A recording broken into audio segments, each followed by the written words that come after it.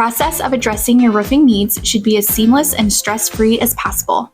One of the most important steps is determining whether a roof repair or a full roof replacement is the right solution for your situation.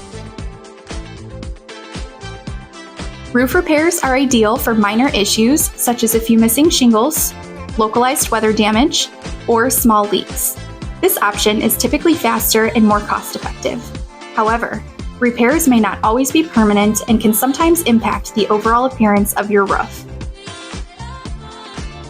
On the other hand, a roof replacement is recommended for roofs that are between 15 and 25 years old and have extensive damage or reoccurring leaks.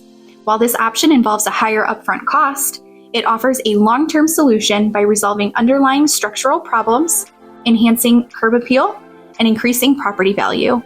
A new roof can last anywhere from 20 to 50 years. M&M offers warranty options that fit perfectly with your budget and lifestyle.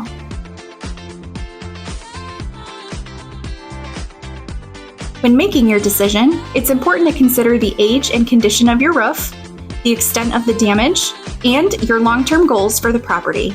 A thorough evaluation by a roofing professional can help guide you toward the most appropriate solution.